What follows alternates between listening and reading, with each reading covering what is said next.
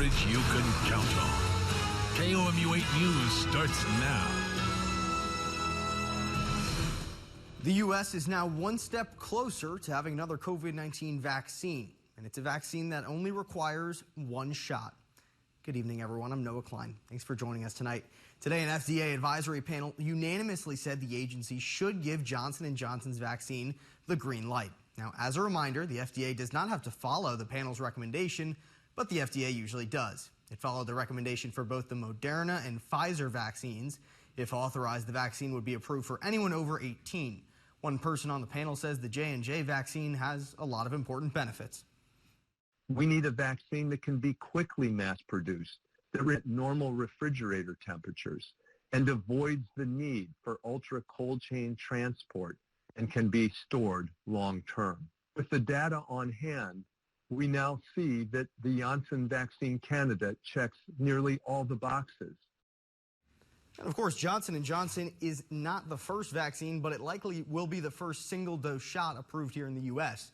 The FDA says the vaccine is about 72% effective in the U.S., which is lower than Moderna's and Pfizer's efficacy rates, but it's much more effective at preventing severe disease and completely prevented hospitalizations. If approved, Johnson & Johnson says it has 4 million doses ready to ship immediately. Meanwhile, back here in Missouri, the next tier of COVID-19 vaccinations is set to begin in mid-March. Here's how vaccinations stand right now. Only about 37% of Missourians over 65 are at least partially vaccinated, and about half of that group have gotten both shots of the vaccine. When March 15th rolls around, less than half of people over 65 will have received the vaccine. The concern is that when Tier 3 gets activated, those in Tier 2 will get left behind. Vaccine supply still remains lower than what we would like it to be, but obviously I think it's lower than a lot of people would like it to be as well. But we will continue working to make sure that folks who are most at risk receive the vaccine. Experts are encouraging everyone to fill out the survey with MU Healthcare to get the vaccine, no matter what your tier eligibility is. A March date for the next phase of COVID-19 vaccinations is welcome news. But Governor Mike Parson's timeline for Phase 1B Tier 3 could leave out people who think they have shots coming.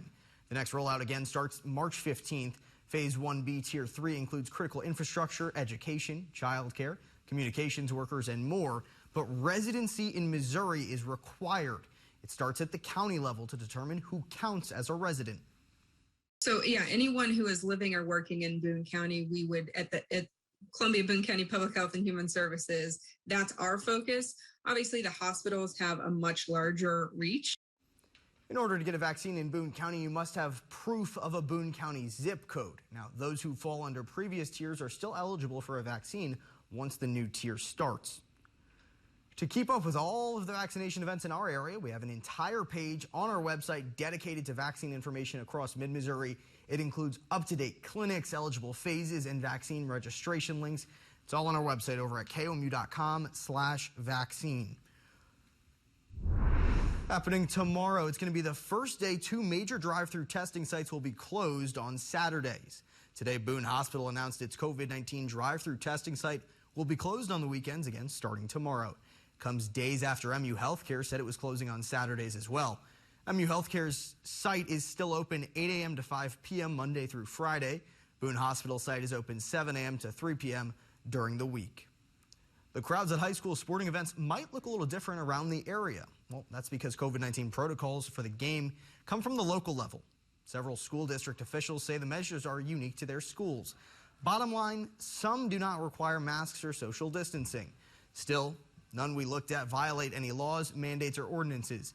The Missouri State High School Activities Association says statewide rules would not be beneficial. But there are other areas of the state that are not as affected and are a little bit more opened up, as you said. And so we can't really dictate for them what's going on some place on the other side of the state. Areas with a lower infection rate shouldn't put their guard down completely. MU Healthcare infectious disease expert specialist Dr. Christelle Ilbudo recommends all spectators still follow the advice of the CDC.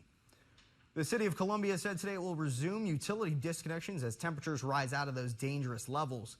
The city says customers should pay past due balances now. Customers can pay online, by phone, or at City Hall. After closing almost a year ago due to COVID-19, the Sharing Room section of Central Pantry in Columbia has officially reopened. The Sharing Room is a grocery store-like setting that gives people in need the opportunity to pick and choose food items like fresh produce, bread, and other staples. After finding a way to keep everyone safe, the Sharing Room reopened a few days ago for people to come inside. One pantry worker says it provides an extra level of food security. If you need help, just come by the Central Pantry. You can get a monthly distribution, of course, but then the Sharing Room is also there to provide the additional help. The pantry is open Tuesday through Friday, 10 a.m. to 4 p.m., and Saturdays from 10 a.m. to 2 p.m. Happening right now, the House of Representatives is voting on President Joe Biden's $1.9 trillion pandemic aid package. Let's go and take a live look here inside the House chamber. Now, with a Democratic majority in the House, the bill is expected to pass, but has a questionable future in the Senate.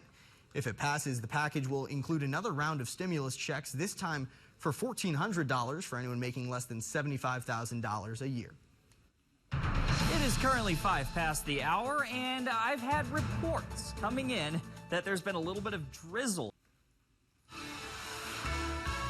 Here's what's happening right now. The FBI says it has identified a suspect in the death of a Capitol police officer during the insurrection on January 6th, but the agency isn't releasing a name at this time. The FBI says it now has video evidence of the attack that led to Capitol police officers Brian Sicknick's death. Agents say he fell ill after being sprayed with bear spray.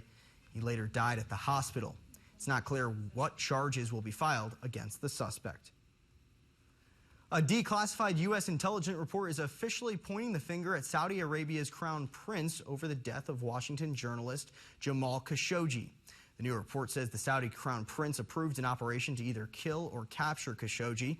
Now, the U.S. is sanctioning some of the crown prince's allies, but not the crown prince himself, despite President Biden saying he would be tough on whoever was responsible for Khashoggi's death. Khashoggi was last seen alive in 2018 walking into the Saudi consulate in Istanbul, Turkey. That's where officials say he was attacked by a dozen Saudi agents and killed him. President Biden has ordered what he's believed to be his first military strike, an attack on Iranian-backed militia in Syria. Local reports show the attack in Syria killed as many as 22 people. The Biden administration says it's trying to balance its military power with diplomatic measures in the Middle East. The attack was in retaliation after several rocket attacks on U.S. targets in Iraq, which killed a U.S. contractor. Also on Biden's agenda today, a visit to Texas. There he visited an emergency operations center in Harris County. That's where Houston is. He was with Texas Governor Greg Abbott and got a briefing on winter storm damage from last week. Federal, state, and local officials talked about the challenges the state faced during the winter storm, including, of course, boil advisories, burst pipes, and power outages. He met with other staff members there, many of whom worked round the clock and slept at the emergency center.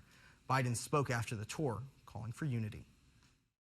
When a crisis hits our states, like the one that hit Texas, it's not a Republican or Democrat who's hurting. It's our fellow Americans who are hurting. And it's our job to help everyone in need. President Biden and First Lady Jill Biden also visited a food pantry where they talked to people affected by the storm. And the Zoo alum is getting a lot of attention for how she's honoring Black icons. Ahead for us, where she says she got the idea. Plus, one of the most expensive car recalls in history. Who's affected? Coming up. Welcome back. A somber gathering in Fayette tonight as many in the town came together for a candlelight vigil. The town has dealt with a lot of loss recently. Many in the community lost loved ones to COVID-19. And just last weekend, a teenager died from what police say was an accidental shooting. 2 residents came up with the idea for the vigil earlier this week and have seen an outpouring of support. 100 yellow roses were donated anonymously, and a local store volunteered a sound system. One organizer explained why it's important for the community to support one another. We have a wonderful community, and with all of the division that is talked about, it's nice to see that that's not always the case, especially here in Howard County. We're pretty united. The vigil was held to show support to the community and let its members know that they have people out there that care about them. The organizers emphasized the importance of coming together during this difficult time. In other news from our area, the Missouri Century Farm Program recognizes family farms that have been in the same family for 100 years. This year, farms that began in 1921 became eligible. Selected families will get a plaque and a certificate, but one says it comes with responsibility. A lot of the work's been done for us, and not everybody can say that. And so I feel a lot of opportunity and a lot of responsibility to preserve that.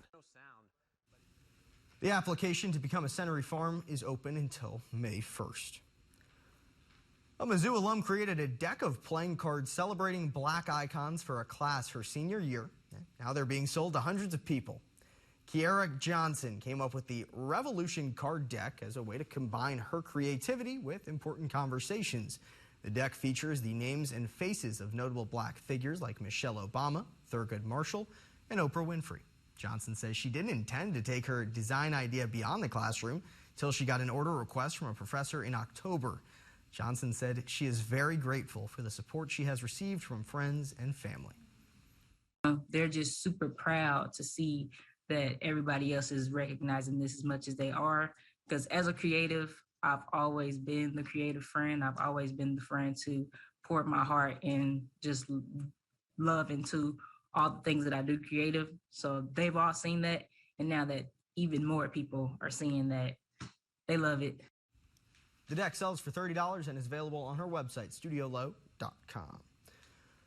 A virtual art event takes place this weekend that looks to showcase Black artists from the community. A student group called Relevant Youth started the Black Alchemy, the evolution of the Black Creative Show, 3 years ago.